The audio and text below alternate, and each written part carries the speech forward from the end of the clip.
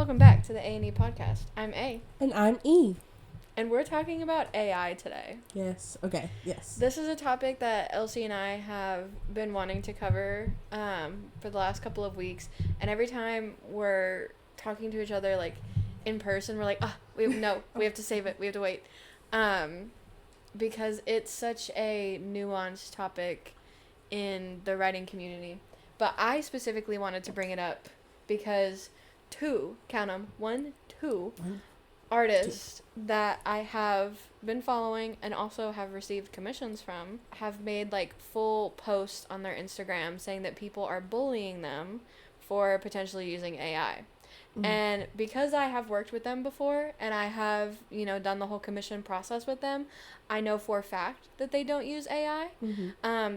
They have distinct drawing styles, and it's consistent across everything that they do. And one of them even uploaded a speed paint of them doing it. Yeah. Of like the process of them sketching and doing the line art and doing the shading and then also doing the coloring. It's like a 20-minute video.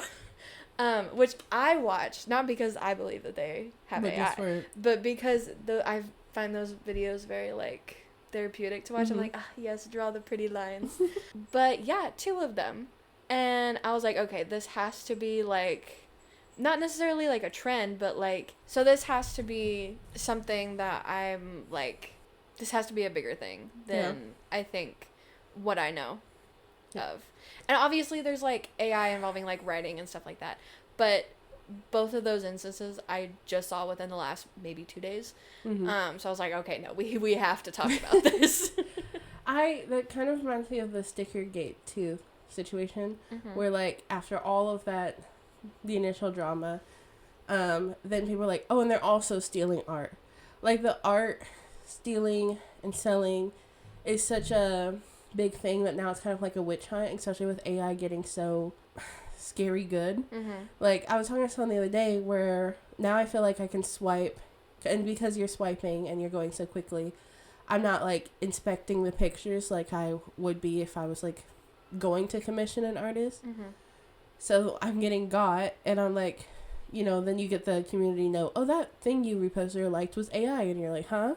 Mm-hmm. And then you go back. And I mean, there are a lot of people that are doing the AI art. We talked about the one, I don't have all the information for it, so like don't quote me on it, mm-hmm. but like the Santa one where they got AI art commission for a book and it was inappropriate, like the CSA, mm-hmm. and people were like, how do you even do that? Like, mm-hmm. it's like, what parameters are you breaking to do that, and also why? Yeah.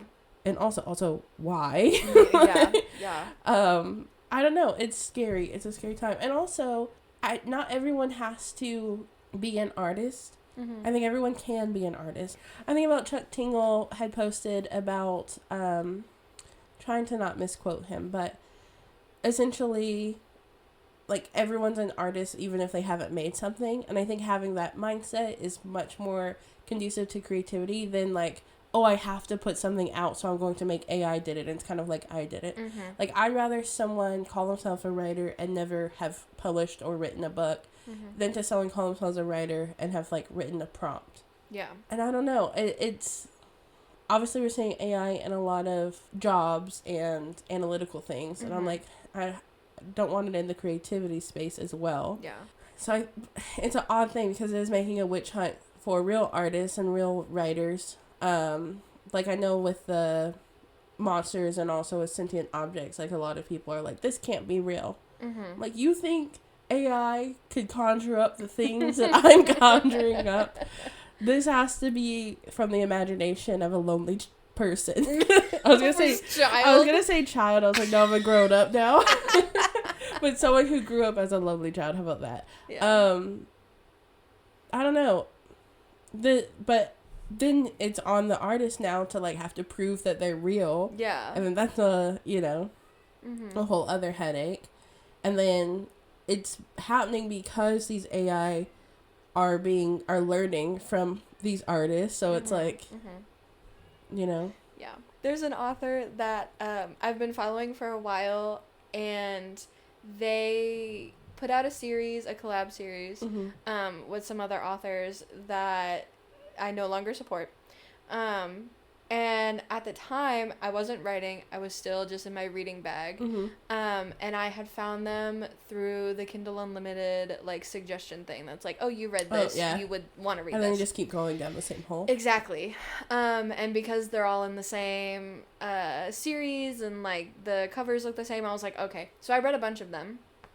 And I remember liking them. I remember thinking, okay, these are good. They're good enough for me to follow and support these these writers on Instagram. And one of them that I was following, I don't think their writing was AI, but they use a lot of AI in their marketing. And they kind of come at it from the angle of, like, well, AI is just a resource that I can use to promote myself. Yeah. And I get it to a degree, but at the same time, why are we using generative AI? Yeah. And it also kind of, you know, like I said, I don't think they use AI for their writing. Another author... But it makes you have to question it. Exactly. Another author that they've worked with has, like, said that they use AI for their writing, which is crazy to say. It's like, Exactly. There's a whole thing on Threads about it. And so it's kind of brought my speculation to this author of, like, these are the people that you surround yourself with, and you already use AI for your marketing. And unfortunately, it does draw numbers, because why invest in an indie artist who draws one, like, still photo when you can feed a prompt to an AI and they can make, like, a slow motion, like, video almost for you.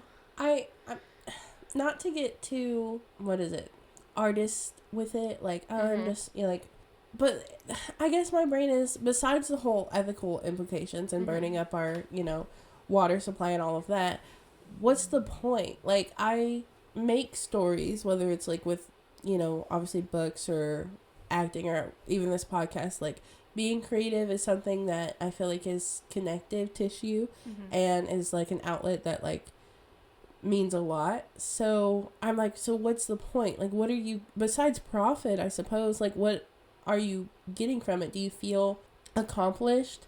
I mean, obviously we talked about marketing on our, I don't know if it was the last episode or the episode before, but we've talked on it on the pod already.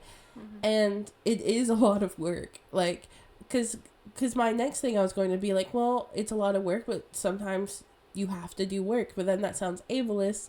And so I'm like, I don't know. Like, well, I don't think it's necessarily work in that, like, oh, you have to work. But it is, like, a work and an exercise of flexing the creativity in your brain. Of, like, how can I make these posts more engaging? How can I, like... And also, that's if you want other people to read it. Yeah. We're marketing because we want, one, yes, to make money and to sell books, but also to share the stories that we worked so hard on.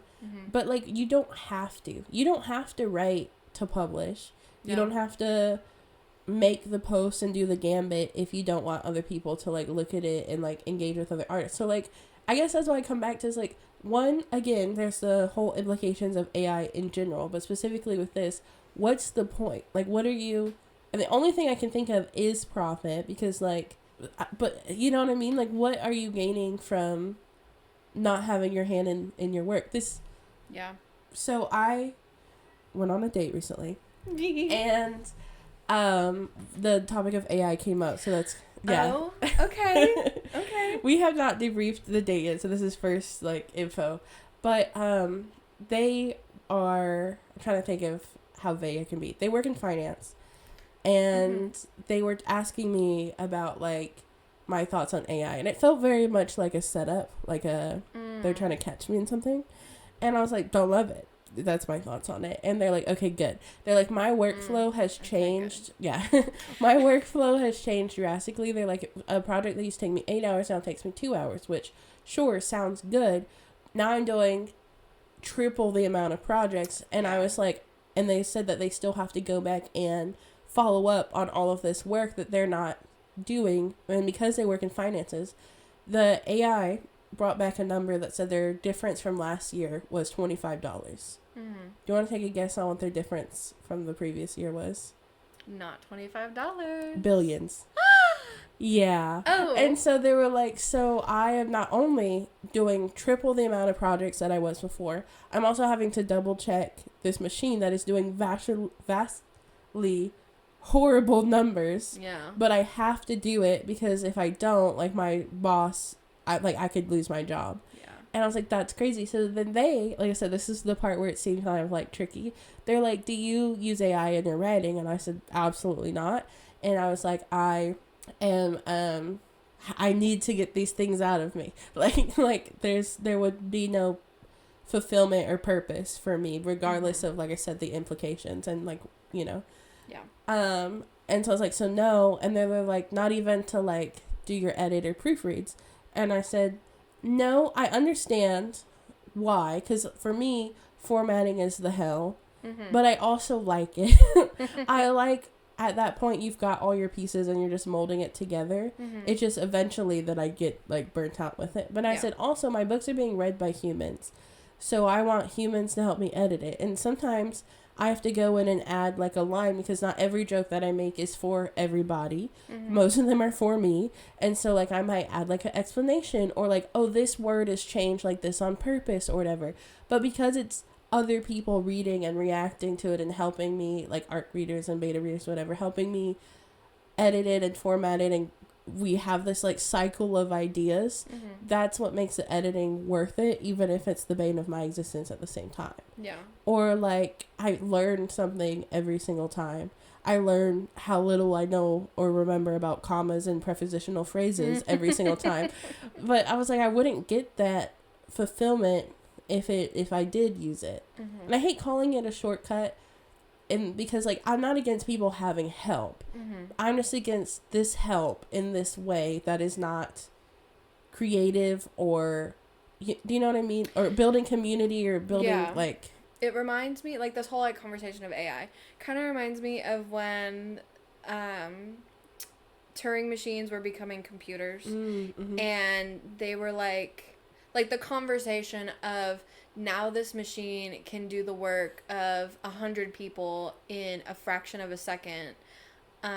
So like, where does that mean for like us as humans? Like, do we like, how do we go about our lives and our education and our learning knowing that there's a calculator in our pocket that we can just whip out at any time? Yeah. And I think that's the whole thing, is like fulfillment and purpose. Because, like, at the end of the day, yeah, it's going to be, like, a convenience that we have this technology. But if we are not actively, like, doing it, we're going to find a way to actively do it ourselves. Like, we are just simply not built to just, like, sit there and do nothing all day. I mean, it's kind of proved time and time again, like, over the course of history that, like, humans have to, like, do something. Yeah. We have to get down. We have to get our hands dirty. We have to, like, do something creative. And when you're in this field, you know, you have to be creative. You have to step outside the box. Yeah. And if you're just gonna let like a machine do it, then like what's the like you said, what's the point? So my brain goes back and forth, not just with AI, but just like tools in general, I would say. Of like, on the one hand, I don't want to be like that old woman that's like, things were hard when I was young, so they should always be hard. Like, I want our generation to have, or the next generations to have tools and to progress. It's a point of us having community and helping each other.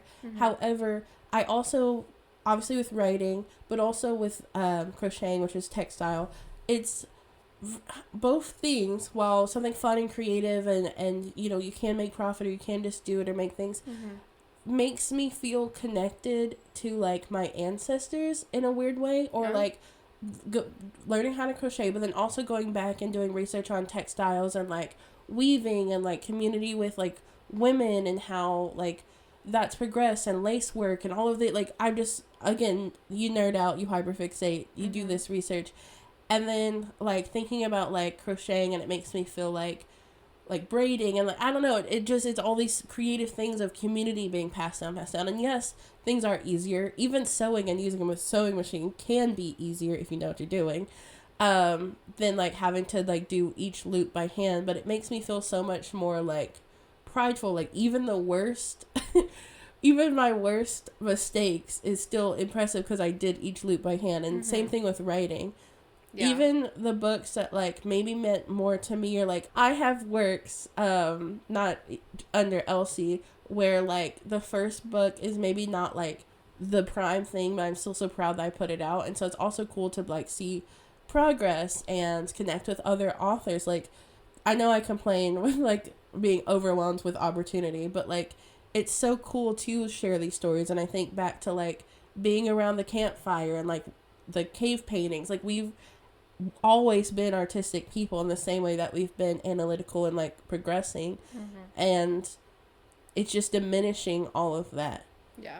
And I feel like the conversation of AI would be different if it wasn't actively harming the environment. Yeah. Because I feel like then we can be like, okay, well, how can we utilize this tool in a different way as a tool or as an aid? But that's not what it is. Yeah. Coming off of, I was going to say not to get too political with this whole conversation, but coming off of 2020, like where one, all of us were forced to like sit with ourselves, I think it made me even more excited to create. But also like the schooling is just not there. So then to immediately come back to a field where like a lot of the kids don't know how to learn, like they don't know how to know. Yeah. And now it's like, well, you can just use AI or whatever. So like we're robbing them of the experience of learning. Yeah. And yes, it's great that they can just find the information, but I even get upset when I don't know how to find something. Like if I don't want to shop in one of the big stores, but I need something, I have to like slow down and be like, how do I find the answer to where to get this? That's not just like Amazon or, you know, the big places. Yeah. And so like, I think me as an adult who've had to like go to the school and do the encyclopedia, do the research and blah, blah, blah, don't know how to know something. These kids don't have that opportunity either. Yeah. And that's not even going back into the art of the whole like, revenge porn for AI. Like there's just, there's a place in me that's like, this could be a really cool tool, but that is not what this is at this point, and not how we can know to utilize it. Or all that to be said, no AI in these books. Yo, no, these that covers, is 100% our these brains. These puns are homegrown. This bad writing comes from the heart, okay? Yeah, and I'd much rather like be told, oh, this needs work, than, you know, not have any, what's the word, ties to something that's going to have my, or a version of, my name on it, you know? Yeah. Also, I feel like, I saw something on, it was either Threads or Instagram, where someone had taken just like a paragraph or something from like a text, and they had run it through an AI like grammar corrector thing. And what the AI spat out was grammatically correct. Like, you put the commas in the right places. But it lost, like, the voice. It lost, like, the author's, like, nuance and, like, the words that they were using or why they were using those words. It, like, takes away all of, I guess, the reason why we, like, go to specific authors. Like, oh, we love their writing style. We love how they tell the stories. Well, if you're running all of that through AI, eventually it's all going to sound the same, because it's going to sound like it came from the same fucking robot. Well, that's what I was going to say. AI creates a monoculture where, like you said, it's supposed to be a, like, I'm not going to say the word right, but like a grouping of all of these different cultures to create like this one voice.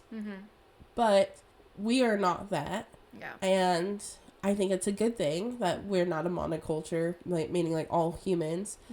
And so like, even being at, you know, where we are, if there's certain phrases that we say that like in New York or California, that's going to read differently. Yeah. Or like me being like from the South, I use idioms like all the time. And someone from like somewhere else, like having to like explain that because it makes sense here, but doesn't necessarily make sense there. And so, yeah, like, losing nuance. Are you talking about the person who tried to get edits? Or is that a whole... I think so. Okay, I saw that, too. Yeah. And I can't remember if it was AI or if it was someone else. I think it's probably a combination, because I want to say... and this is not, don't quote us, I want to say that they had tried to go to a person for edits, but the edits seemed like AI because they were changing, like, everything that they were saying, pretty much. Oh, yeah. So, I think, I think I know what you're talking about. That's scary. Yeah. And, yeah, you're losing your voice. Like, I think one of the most fun things was discovering that I had a voice. After writing a little bit, having people be like, oh, this is such a, like, you sentence, or like, oh, like, yeah. And I was like, oh, interesting. And, like, kind of, like, honing that was really fun. And like you said, you read, I read Enemies to Lovers, and a lot of the times the plot is very similar. There's a reason why, I'm not going to name them because I've been told to lay off the naming, but there's a reason why I would go to one author over and over and over again as opposed to someone who might be writing the same thing. Or, like... Oh, if you're going to hype up an author, please. It was going to be Katie Roberts. Oh, okay. Yes. Keeping our streak alive that we drop Katie Roberts in every single episode. Take a shot. It's either her or Opal, you know? Oh, fuck. Gotta flash our Instagram again. Oh, yeah. Just shouting out. I really like to shout little known authors that, you know, I really feel like they need the promo, so... shout out. Let's see if we can get them to 1,000 followers. Oh my god. But yeah, there's certain people, like, okay, here, I'm gonna shout out someone else, but someone not as big. I really like Holly Wild's books, and she's in the Sentient Object space as well, and really, you know, loved all of the girls, but she's so funny and so punny that whenever I write, I'm like, okay, I gotta outdo this. I gotta add more and things like that. And that, I don't feel competition with AI in the same way. Like when I see that writing, it's more so like, huh, you know? Yeah. But with someone else, I'm like, oh, haha, like look at this, or like, oh, that joke, or like that reference. And like, I really love a niche reference. We've been over this. AI's not gonna do that. No. You know? And not gonna know the trend enough. This is reminding me, sentient object fantasy. I couldn't even imagine taking a fantasy novel where you have built an entirely different world that this AI knows nothing about, and then trying to run it through that way. You would lose your book. Yeah. Like, you would lose everything because AI doesn't know what the Fae world is. I mean, AI even doesn't Google know Docs is like, do you mean this word? Yeah. And, like, because you've made it up and you're like, yeah. Yeah. Or, like, I don't know. And also, we talked about this, I think, either last episode, episode 4, about commissioning art and how, like, fun that collaborative process is and, like, exciting it is. And it is very interactive. I since this last recording, I did commission art for a new cover, and like having to go back, and also it helped me be like, you know what, maybe I'm not describing this really well. Maybe I need to go back into like my notes and like really clarify this, because I'm having a human who is going to be visualizing and seeing this be like, are you sure, like what about this, you're tweaking. And so it's really fun, and again, like we said before, it's an art that I can't personally do, and I'm seeing someone create it. And I feel like that's what people are getting from AI. It's something that maybe not necessarily that you can't do, but maybe you don't feel proficient or like you have enough time to do. And so you get this instant gratification. But when you work with another artist and it becomes a collaborative thing, again, going into community, it's so exciting. It is. Yeah. And then you have to wait, and then it's like, oh, like what's it gonna look like, or what are we gonna... And then you get the line art and you're like, oh my god, you've actually looked inside my brain and you know exactly what I was after. Or, I didn't think of that. Oh, I've got to adjust. Oh, that's so cool. Like, you know? Yeah. And actually, through commissioning art, I realized that for one of my books, I never actually put my FMC in any, like, notable clothing. Yes. Oh, and yeah. I think it's because when I was writing through her perspective, she doesn't, like, give a fuck about that. She's like, I don't care about the clothes I'm wearing. I'm here to do a job. And it's only kind of through the other character that we, like, realize that she's even wearing clothes at all. Like, I mean, she could be fucking naked, and she's like, I need to do this. I need to be in the lab. I need to be studying. I need to be on my game. And he's like, and she looks so beautiful in her white top. And then I realized when I was commissioning art, I was like, oh, shit. Yeah. What does she wear? What am I going to put her in? Because there's nothing of note to her, you know? And so then you get to go back and, you know, look at your own stuff. For you, that's fun because it's an unintentional character beat that's in line with her character. Like, you never stop to describe in her POV what she's wearing because it's a character beat. Even if it wasn't like a conscious thing, which is really cool. And then I just did some graphics that I'll post this week that's like what I would get my characters for Black Friday. And I really had to like sit and think. And I was like, at least for the Hornucopia books, they're not sitting, the book 2, they're a lot more internal and in their head or whatever, but it's more like emotional. And I was like, dang, I really am not saying much about what they like or what they don't, especially in the first book because it was like so all over the place. Yeah. So I was like sitting there and having to think. I was like, And then I was realizing like Samuel's a performative male, so I have to do this and like add those things. And I was like, he's like very macho coded, and like I don't know it. So again, it's something where like you're making it because I'm also doing the art. Yeah, I guess you can call it artistic. It's graphic art design of making the graphic and having to like you said, flex that muscle in a different way. And also, some days the graphics are hitting and they're going boom, boom, boom, and some days they're not. And then you write, and when you start writing, you make graphics. So it's like, you know, I want to go back to like you don't have to do that. Yeah. You don't have to do any of this. You could just write in your journal, and that's fine. Or you can write in your head, maladaptive daydream. Yeah. There's no reason.